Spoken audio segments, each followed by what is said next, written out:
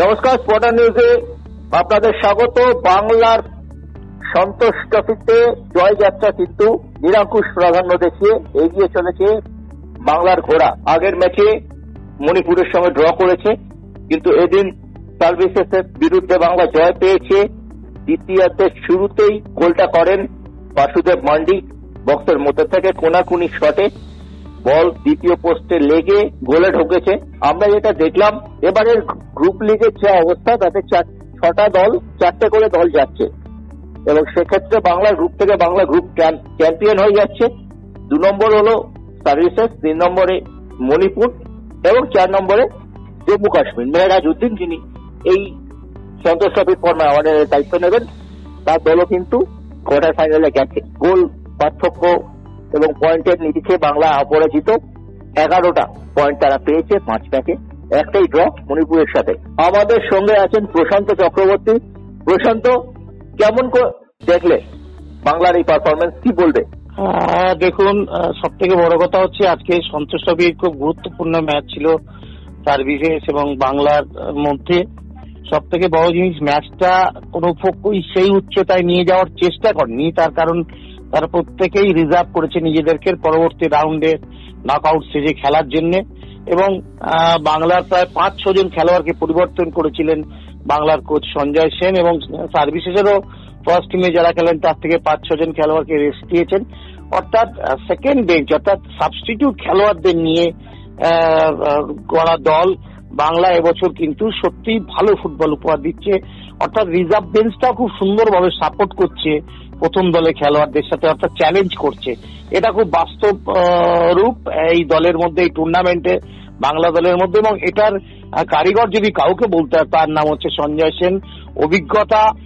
ওনার অভিজ্ঞতা এবং পারদর্শিতা দেখিয়েই উনি আজকের এই দলটাকে এইভাবে মোবিলাইজ করেছেন, এবং সেটা সব থেকে বড় জিনিস লাগছে। এবছর সন্তোষ ট্রফিতে বাংলা যে একটা চ্যাম্পিয়নের জায়গায় যাওয়ার রাস্তা তৈরি করেছে, সেটা এই খেলার উপরই তার ছাপ পড়ছে, এবং এটা খেলা দেখে আমরা বুঝতে পারছি। আরো একটা ব্যাপার, যে গত বছর কিন্তু 5টা টিম গ্রুপ থেকে কিন্তু 2টো টিম গেছিল, আর এক্ষেত্রে এবছর 6টা টিম থেকে 4টে টিম যাচ্ছে। অর্থাৎ এখানে কোনো প্রথম 2টো ম্যাচ জিতে গেলে যেটা হয়েছে, সেটাতে অনেকটা আপার হ্যান্ড নিয়ে নেওয়া হয়, এবং এক্ষেত্রে বাংলার জয় এবং সার্ভিসেস, মণিপুর, জম্মু অ্যান্ড কাশ্মীর সবাই যাচ্ছে পরপর। তো সুতরাং বাংলার জয়কে আজকে কৃতিত্ব দিতেই হবে। তার কারণ হচ্ছে রিজার্ভ বেঞ্চের খেলোয়াড়রাও তৈরি। অর্থাৎ আগামী দিনে যদি কোনো খেলোয়াড়ের যদি চোট হয় বা কাট সমস্যা যদি হয়, সেক্ষেত্রে বাংলার কিন্তু রিজার্ভ বেঞ্চটা খুব ভালো করেই তৈরি করেছেন সঞ্জয় সেন, এবং এরপর কোয়ার্টার ফাইনাল, তারপর সেমিফাইনাল বা ফাইনাল স্টেজে আশা করছি এইভাবেই বাংলা তার সেরা পারফরমেন্স তুলে ধরতে পারবে।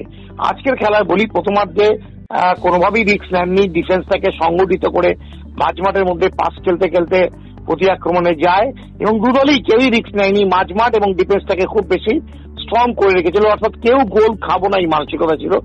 দ্বিতীয়ার্ধে বাংলা কিছুটা প্ল্যানের পরিবর্তন করে, এবং ফার্স্ট কোয়ার্টারটায় বাংলা একটু ওপেন অ্যাটাকে আসে, এবং বাসুদেব মান্ডির চমৎকার গোল, প্লেসমেন্টটা খুব ভালো ছিল, সেকেন্ড পোস্টে লেগে বলটা কিন্তু ঢুকে যায়। অর্থাৎ এই মাঝমাঠের খেলোয়াড়রাও কিন্তু পেছন থেকে এসে যে গোল করছে, এটা খুব ভালো সাইন আগামী ম্যাচগুলোর জন্য, এবং সেটা এই ম্যাচে বাংলার দলের খেলোয়াড়রা, বাসুদেব মান্ডির গোলটা তার প্রমাণ, বাংলা দলের খেলোয়াড়রা প্রমাণ করছেন বারবার।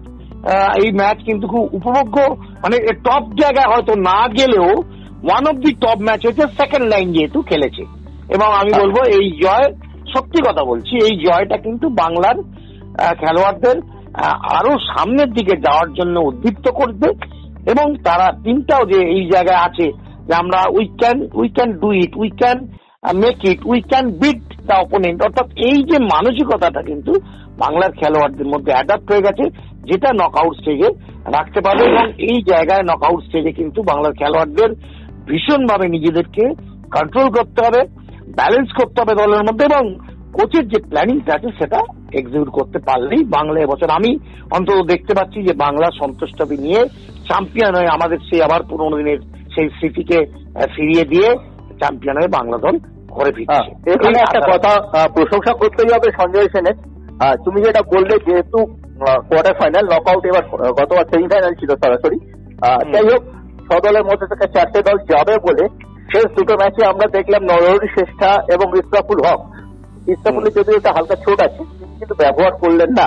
ইসরাফুল দেওয়ান আজকে আবু সুফিয়ানকেও পরে নামিয়েছেন, রবিলাল মান্ডি আর সুফিয়ানকে 4-5 মিনিট খেলিয়েছেন জাস্ট সেকেন্ড হাফে সংযোজিত সময়টা নষ্ট করার জন্য, 1 গোলের লিডটা ধরে রাখার জন্য, যেটা করে থাকেন।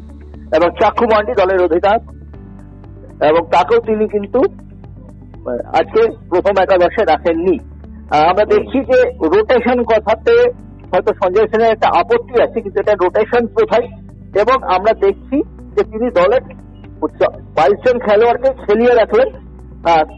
আমরা খুব অল্প সময়ের মধ্যে, আমাদের 6 দিনের মধ্যে 3টে ম্যাচ খেলতে হবে বাংলাকে। আমরা আশা করবো বাংলা ফাইনাল খেলবে, সেই অঙ্ক ধরেই আমি বলছি। এবং তখন কিন্তু খেলোয়াড়দের তরতাজা রাখার জন্য যে স্ট্র্যাটেজিটা নিয়েছেন সেটা কিন্তু কোনো প্রশংসাই বোধহয় যথেষ্ট নয় সঞ্জয় সেনের। একদম এই কথার সাথে আমি একটা কথা যেটা বলি, যেটা না বললে খুব ভুল করা হবে। সঞ্জয় দা বিগত 4-5 বছর ধরে কোনো অ্যাক্টিভ কোনো কোচিং সেইভাবে করছিল না, কিন্তু এবছর সন্তোষ ট্রফিটা পাওয়ার আগে থেকেই সঞ্জয় দা মেন্টালি প্রিপারেশন নিয়ে রেখেছিল, যার ফলে কলকাতা লিগটা খুব ভালো করে দেখে এই খেলোয়াড়দের সিলেকশনটা সঞ্জয় দা নিজের মতো করে করেছে, যেখানে কিন্তু প্রাধান্য পেয়েছে খেলোয়াড়দের ফিটনেস এবং খেলোয়াড়দের বুদ্ধি।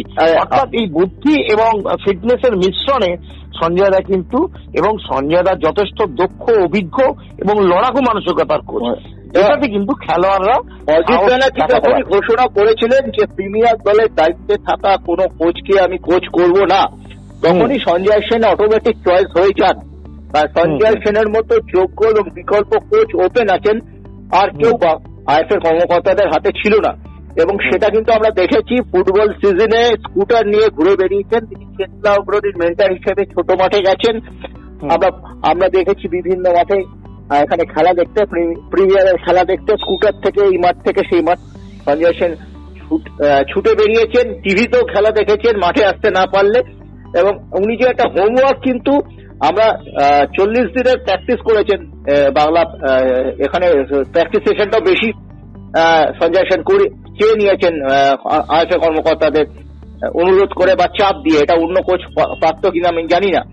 আর পাশাপাশি কিন্তু উনি কিন্তু প্রস্তুতিটা এই 40 দিন নয়, ওনার প্রস্তুতিটা প্রায় 80 দিনের ছিল, এবং তারই সুফল কিন্তু আমরা পাচ্ছি। এবং ফুটবল সিজনে কিন্তু আমিও দেখেছি চরকি নিয়ে ঘুরে বেড়াচ্ছেন, একটা স্কুটার নিয়ে উনি ঘুরে বেরিয়েছেন। আশা করবো যেটা আমরা মৃদুল ব্যানার্জির পরে যে আমরা 16-17 পরে যে জিততে পারিনি সন্তোষ ট্রফি, এবারে সেই সন্তোষ ট্রফি কলকাতায় আসবে। যে কোনো জিনিসের জন্যই জয়দা আপনি দেখুন যে কোনো জিনিসের জন্য একটা পরিকল্পনা যদি একটা প্ল্যানটাকে যদি সুন্দরভাবে সাজানো যায় এবং প্রত্যেকটা স্টেপ বাই স্টেপ করা যায়, তাহলে সেইটা কিন্তু খেলোয়াড়দের মধ্যে দিয়েই সেই পারফরমেন্সটা আজকে প্রকাশ পাবে। এবং সেইটা কিন্তু সঞ্জয় দা করেছেন, চমৎকার ভাবে সঞ্জয় দা করেছে। 40 দিন যে প্র্যাকটিসের সেশন পেয়েছিল, তার সাথে সাথে খেলোয়াড়দের মেন্টাল প্রিপারেশনটাও কিন্তু উনি, মেন্টাল কোচিংটাও কিন্তু সমানে করে গেছেন, যার ফলে এই দলের খেলোয়াড়দের মধ্যে কোনো ভেদাভেদ নেই, কোনো নেই, একটা দল হিসেবে খেলছে। বন্ডিংটা খুব ভালো হয়েছে। যখনই কোনো দল যখন একটা টিম হিসেবে খেলবে, সে কিন্তু সহকারী কোচ হিসেবে উনি রেলের প্রাক্তন সতীর্থ সৌরেন দত্তকে বেছে নিয়েছেন। সৌরেনও খেলা দেখেছেন, তিনি বিএসএস এ কোচিং করতেন, সেই সূত্রে তিনিও মোটামুটি কলকাতা লিগের খেলা ওয়াকিবহাল ছিলেন, কিরকম খেলছে সেটাও একটা প্লাস পয়েন্ট। সৌরেনদা যথেষ্ট অভিজ্ঞ, কিন্তু সৌরেনদার সাথে সঞ্জয় দার ম্যাচিংটা অফিসে একসাথে বহু বছর কাজ করতে করতে ওদের মধ্যে একটা রিলেশনশিপ, একটা বন্ধুত্ব তৈরি হয়ে যায়, যার ফলে এই বন্ধুত্বটাকে বজায় রেখে এবং ময়দানে কারেন্টলি কোচিং করছিল সৌরেনদা, সেই জায়গা থেকে সঙ্গে নিয়ে ওদের নিজেদের মধ্যে ভাষার আদান প্রদান এবং খেলোয়াড়দের পারফরমেন্সের আদান প্রদানটাও সঠিক হয়েছে, যার ফলে পুরোটাই ম্যাচ করে গেছে, পুরোটাই ক্লিক করছে আস্তে আস্তে।